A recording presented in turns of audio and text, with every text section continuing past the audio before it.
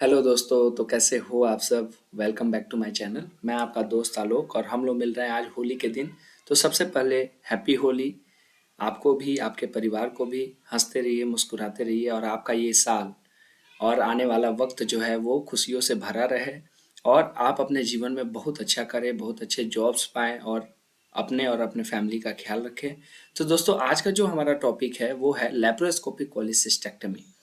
Laparoscopic cholecystectomy आपका कितना important topic है सर्जरी के पॉइंट ऑफ व्यू से। क्योंकि जो हमारा पीजीआई का एग्जाम है, क्योंकि हम लोग तो एसजी पीजीआई फोकस ही लेक्चर ला रहे हैं। जो पीजीआई का एग्जाम है इसमें इक्वल वेटेज होता है सर्जरी से और एनेस्थीसिया से। तो इस बिहाफ जो हमारा ये सर्जिकल टॉपिक्स जो हैं वो बहुत ही इंपॉर्टेंट बन जाते हैं। तो आज का जो टॉपिक है वो कोलिसिस्टेक्टमी है। तो चलिए दोस्तों स्टार्ट करते हैं। इसमें हम लोग पढ़ेंगे, आज का जो हमारा लर्निंग ऑब्जेक्टिव होने वाला है वो है हमारा causes of gall stone, symptoms, patient admission, PSC recommendation, investigation by doctor, receiving in pre op area, part preparation, antibiotics with in 1 hour before surgery, shift in OT, attached vital monitoring cables, give GA और attached cautery plate and patient and wrap. तो दोस्तों ये हमारे objectives होने वाले हैं। तो video start करने से पहले थोड़ा सा जो है मैं आपको एक बार इंट्रोड्यूस कर दूं कि हमारा जो लीवर है हमारे शरीर का सबसे बड़ा ग्लैंड है।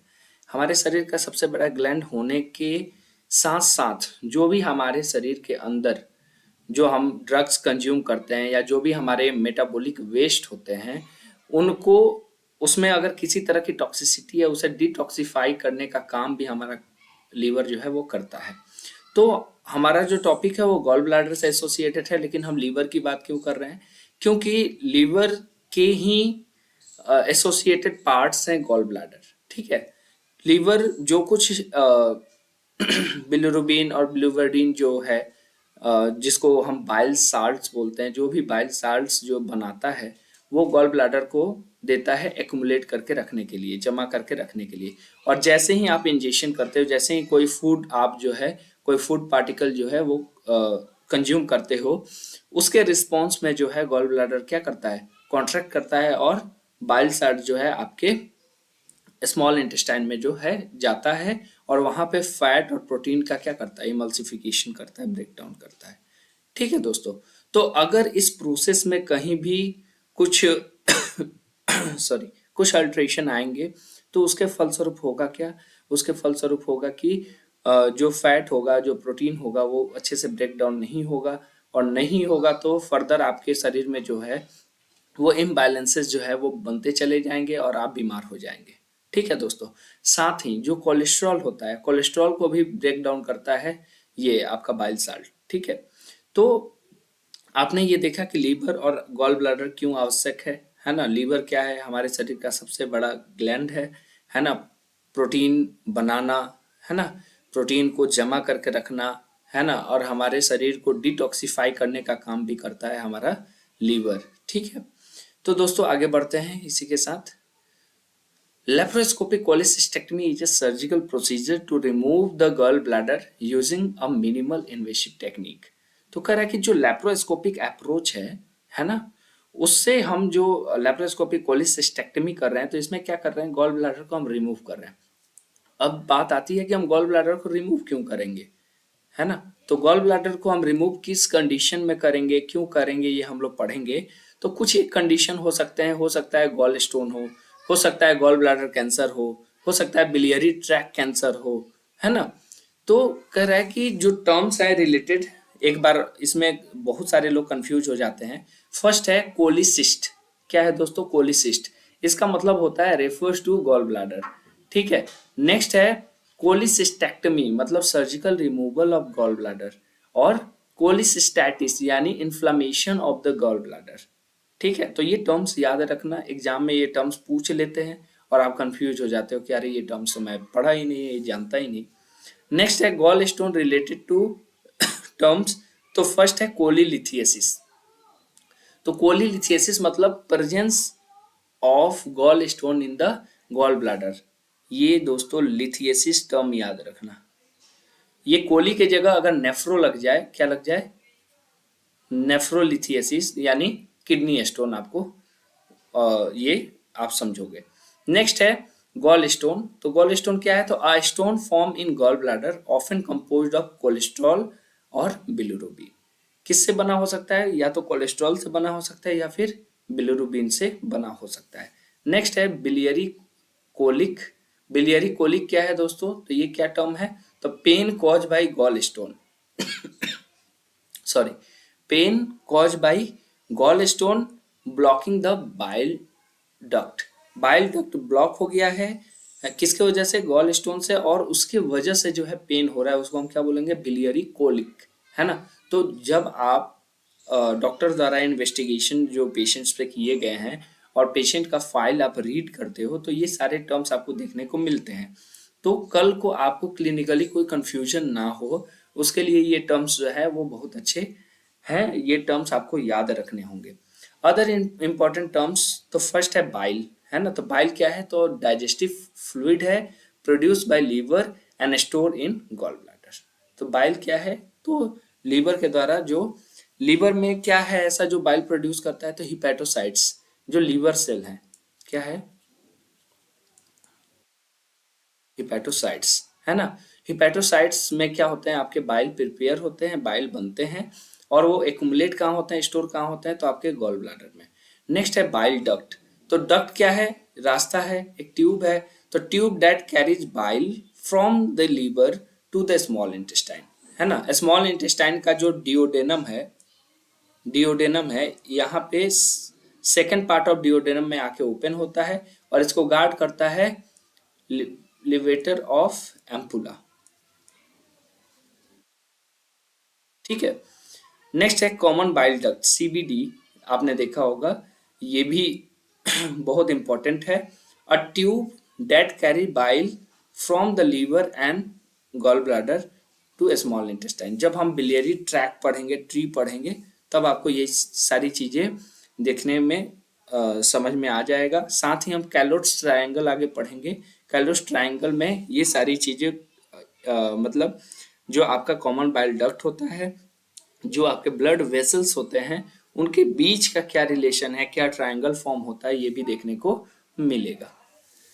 General anatomy and physiology, OT वाले बच्चे आप लोग ये ध्यान रखें, ओटी और नर्सिंग दोनों बच्चे ये ध्यान रखें कि बिना एनाटॉमी एंड फिजियोलॉजी के नॉलेज के आप अच्छे से जो है सर्जरी का हिस्सा नहीं बन सकते हैं। साथ ही आप एनेस्थीसिया का हिस्सा भी नहीं बन सकते हैं, एनेस्थीसिया टीम का भी हिस्सा नहीं बन सकते हैं, और आप सर्जरी का हिस्सा भी नहीं बन सकते हैं। क्योंकि जब आप सर्जरी करवाते हो, तो आपको एटलीस्ट पता होना चाहिए कि आप गॉल ब्लैडर पे अप्रोच कर रहे हो, आप किडनी पे अप्रोच कर रहे हो, तो उधर का जो लोकेशन है वो क्या है, उधर का जो एनाटॉमिकल रिलेशन है वो क्या है, उधर का जो ब्लड सप्लाई है वो क्या है, उधर का नर्व सप्लाई क्या है, उधर का लिम्फेटिक ड्रेनेज क्या है।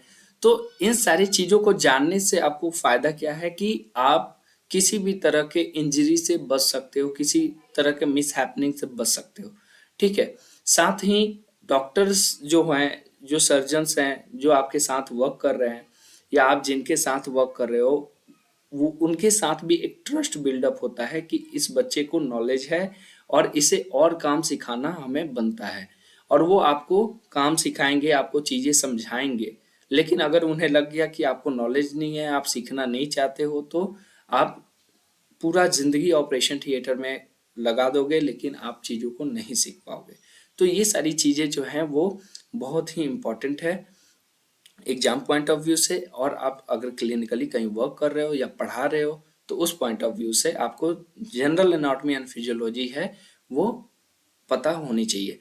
जो भी relatable general anatomy and physiology है, उस पे हमने सेपरेटली लेक्चर्स डाले हुए हैं, आप उन पे पढ़ सकते हो। और कोई भी अगर लेक्चर छूट गया हो, आपको लगता है कि ये इम्पोर्टेंट है, ये टॉपिक छूट गया है, हमने नहीं किया है, तो आप हमें कमेंट में बतला सकते हो, और मैं उस पर सेपरेटली वीडियो जो है वो आपके लिए लाऊंगा। ये मेरा फर्ज है, ठीक है।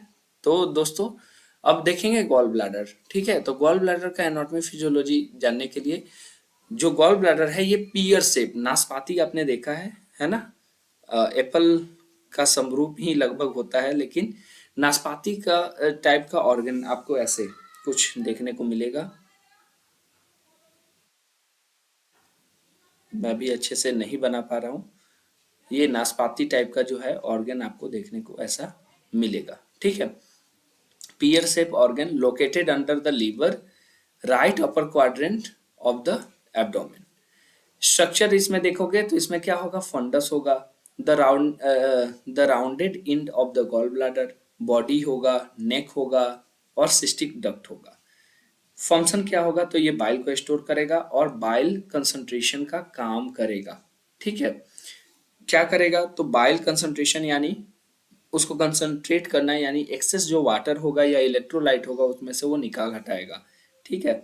बाइल रिलीज का काम करेगा, ये कॉन्ट्रैक्ट करेगा जब भी आप कुछ फूड इंटेक करोगे और वो स्मॉल इंटेस्टाइन में पहुंचेगा। साथ में ब्लड सप्लाई देखें तो सिस्टिक आर्टरी से इसका आर्टरियल सप्लाई होता है, ठीक है, और पोर्टल वेन के थ्रू क्या होता है, विनस ड्रेनेज होता है इसका, ठीक है।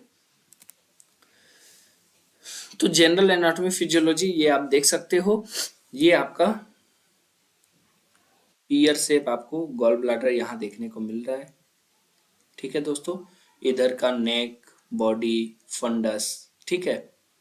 ये आपका नेक हो गया, ये आपका बॉडी हो गया और ये आपका फंडस हो गया, ठीक है दोस्तों। और मैंने बताया कि ये कॉमन बाइल डक्ट के थ्रू ये आ जाता है आपके duodenum, second part of duodenum में आके खुलता है, ठीक है। नेक्स्ट है bile flow and its composition. तो बाइल फ्लो, तो लीवर क्या कर रहा है भाई, बाइल प्रोडक्शन कर रहा है। लीवर में क्या है, हिपेटोसाइट जो सेल है लीवर के वो क्या कर रहे हैं, बाइल बना रहे हैं। Bile flow into the bile canaliculi, जो छोटे छोटे हिपेटोसाइट्स के बाद, हिपेटोसाइट्स में क्या हुए है ना, मान लो ये लीवर है, लीवर में छोटे छोटे छोटे छोटे छोटे छोटे ये हिपेटोसाइट्स हैं, इनमें क्या हुआ, बाइल बना। अब छोटे छोटे रास्ते बने हुए हैं, है ना, छोटे छोटे रास्ते बने हुए हैं। इन रास्तों को हम क्या बोल रहे हैं, बाइल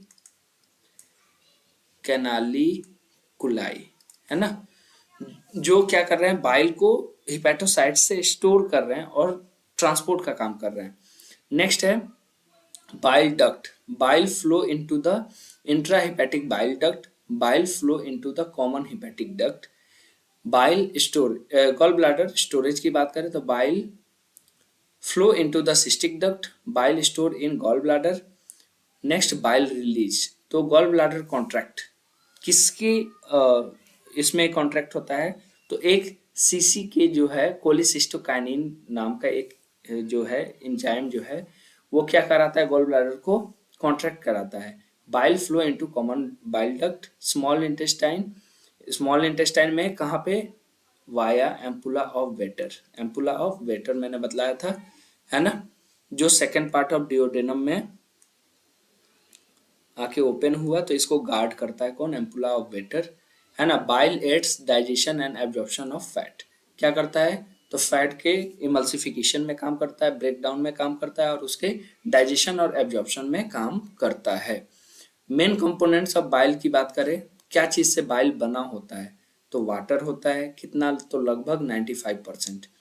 बाइल साल्ट्स कितना होते हैं, तो 0.7%। डिराइव फ्रॉम कोलेस्ट्रॉल, किससे बने होते हैं, कोलेस्ट्रॉल से। They emulsify fat, break down into the small droplets for easier digestion. ये क्या करते हैं, फैट्स को छोटे छोटे ड्रॉपलेट्स में ब्रेक डाउन कर देते हैं ताकि उसका डाइजेशन जो है और एब्जॉर्प्शन जो है इजियर तरीके से हो सके। नेक्स्ट है बिलिरुबिन, तो ये कितना होता है, तो 0.2%, सॉरी ठीक है 0.2%। ये येलो पिगमेंट होता है, waste product from haemoglobin breakdown और contributing to bile colour and making it way to faeces. Next है फैट, फैट कितना होता है, तो 0.51%, including cholesterol, fatty acid, lecithin. Lecithin क्या है, तो एक फॉस्फोलिपिड है और एग में भी पाया जाता है, एग लेसिथिन आपने नाम सुना होगा प्रोपोफॉल जब पढ़ रहे होगे। इलेक्ट्रोलाइट, इलेक्ट्रोलाइट में सोडियम, पोटेशियम, कैल्शियम क्लोराइड और बाइकार्बोनेट पाया जाता है। प्रोटीन की बात करें तो इंक्लूडिंग इम्यूनोग्लोबुलिन्स एंड एल्बुमिन, ठीक है, तो इम्यूनोग्लोबुलिन्स भी पाए जाते हैं और एल्बुमिन्स भी पाए जाते हैं। अब कह रहा है causes of gall stone, cholelithiasis होने के कारण क्या है। तो gallstone are hard droplets. क्या है गॉल स्टोन? हार्ड ड्रॉपलेट्स है ना, डिपॉजिट्स है that forms in gallbladder due to imbalances in composition of bile. Bile composition जो आपने देखा अभी, वाटर कितना है, बाइल साल्ट्स कितना है, उनके कंपोजिशन में अल्ट्रेशन होगा तो क्या होगा, हार्ड डिपॉजिट्स बनेंगे और गॉल स्टोन होने के संभावनाएं हैं। Main causes include super saturation of bile, ठीक है, गॉल ब्लाडर स्टेसिस मतलब रिड्यूस इम्पेटिंग, खाली नहीं हो रहा है gall bladder, infection, chronic cholecystitis, haemolytic anaemia, pigment stone और ओबेसिटी, प्रेगनेंसी और ओरल कॉन्ट्रासेप्टिव्स, जिसकी वजह से हाई फैटी डाइट अगर आप ले रहे हो तो उसके वजह से भी क्या हो सकता है, गॉल स्टोन हो सकता है। तो दोस्तों आज के लिए इतना ही है। आज होली स्पेशल था तो मैंने सोचा कि आपके लिए एक लेक्चर जो है रिकॉर्ड कर दिया जाए। थैंक यू दोस्तों, बने रहिए हमारे साथ, मिलते हैं नेक्स्ट